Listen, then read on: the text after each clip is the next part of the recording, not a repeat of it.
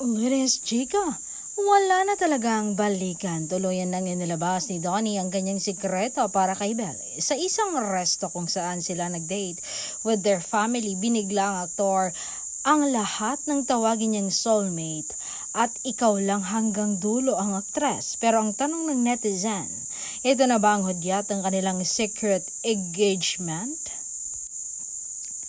May mga nakapansin sa mga salitang dumating ka para manatili.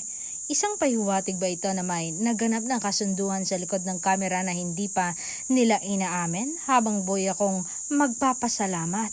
Ito na nga ba ang katapusan ng pagiging magkasintahan at simula na ng pagiging mag-asawa?